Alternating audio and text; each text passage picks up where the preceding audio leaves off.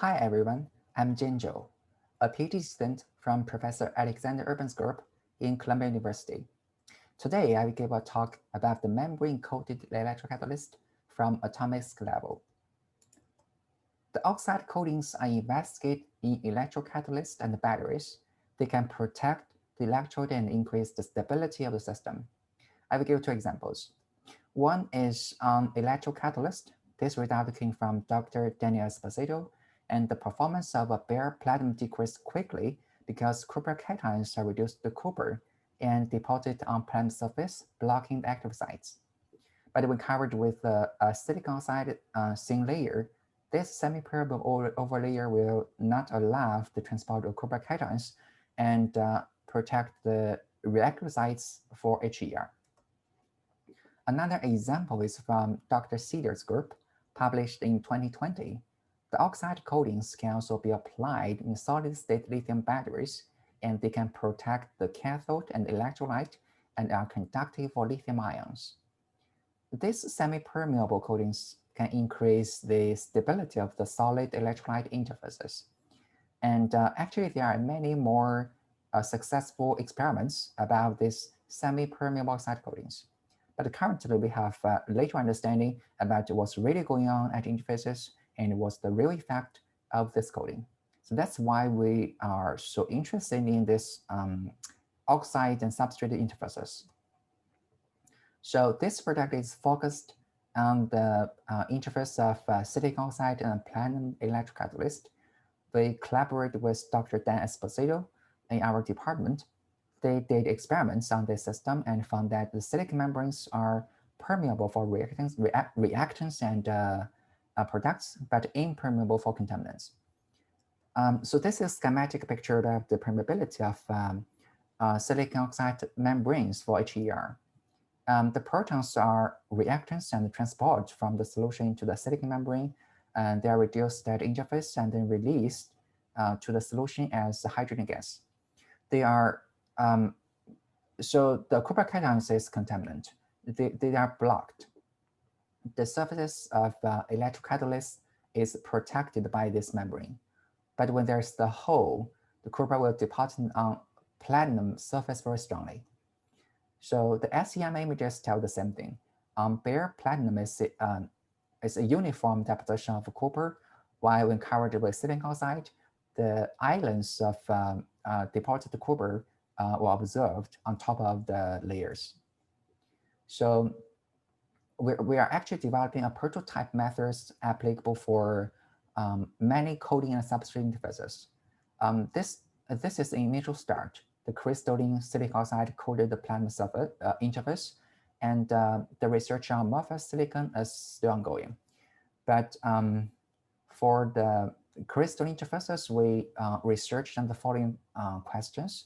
And the first is the coating stability itself, both in the bulk and the surface stability, at the condition in electrocatalytic reactions, and the higher energy indicate how strong the coating bind on the substrate, and interface stability. It considered the reaction conditions like pH and the solution, and pH of the solution and the potential applied on the electrode. So the electronic structure, it helps to understand the intrinsic reason of adhesion energy and other properties. The interfacial cavities are the small holes created by partial detachment of membrane. And these cavities could possibly be important for the binding process of reaction intermediates at interface. So we are using DFT to predict the interfacial properties from the atomic scale level. Mainly the PBE functional is used. The van der Waals correction is also included. And a DFT-D3 correction for the van der Waals correction is used, which is developed by Grimmy in 2010.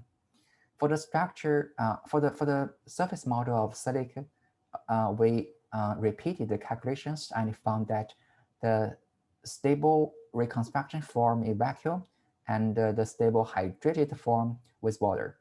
So in the interface models of silicon-coated platinum, the hydrated form is considered, and the substrate of platinum is the stable phase 101 with the bottom fixed to maintain the lattice parameters of plant bulk, and the top layers are relaxed for interplay at the interfaces.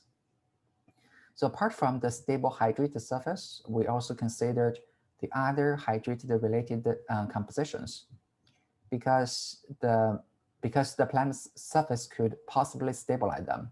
So here's a schematic flowchart to show that relation between different compositions, and only the interfacial areas are shown here.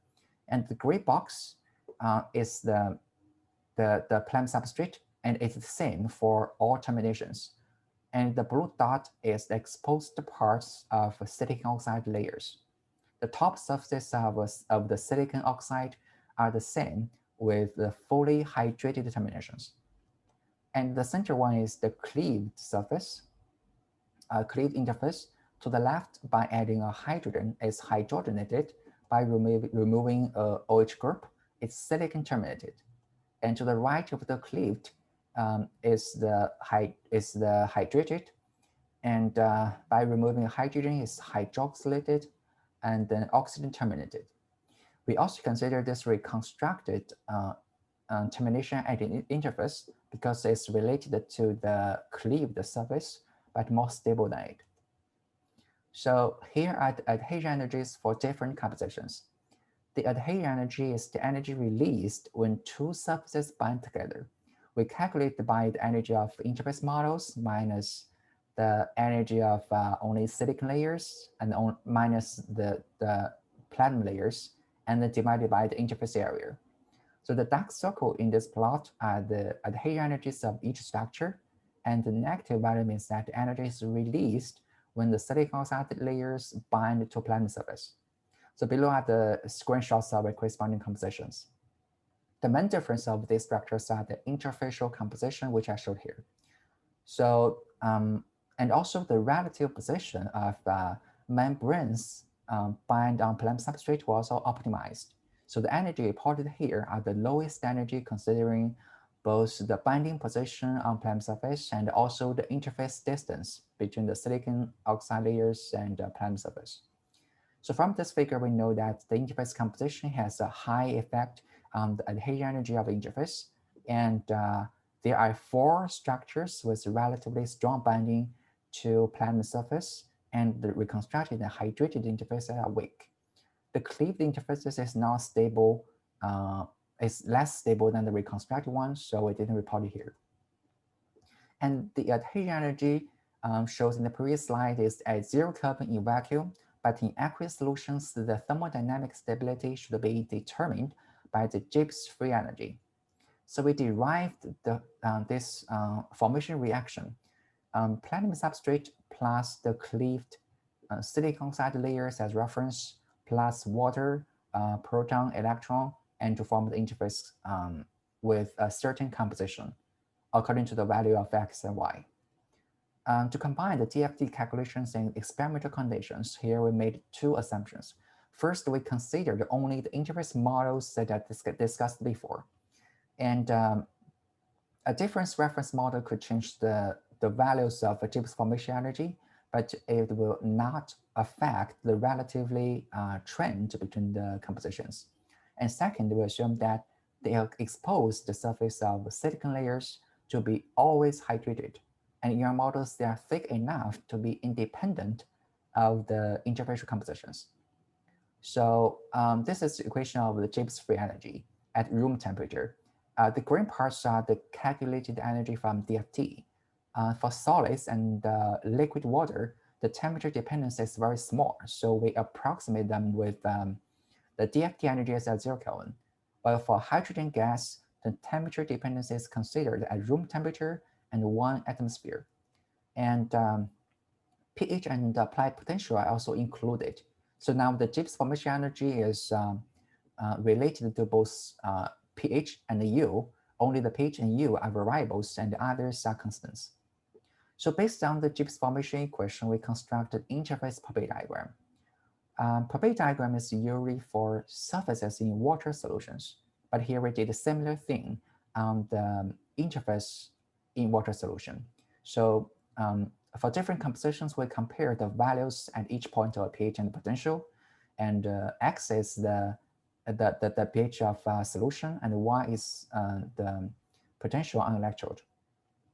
When considering the thermodynamic equilibrium, the stable phases are oxygen-terminated, reconstructed, and silicon-terminated. They show stability in different range of pH and potential. And because the silicon dioxide dissolves in alkaline solutions of pH greater than 10, so the higher pH regions are not accessible for this membrane-coated electrocatalysts. And the dashed and the dot lines are the boundaries of the electrochemical stability window of water under these equilibrium conditions.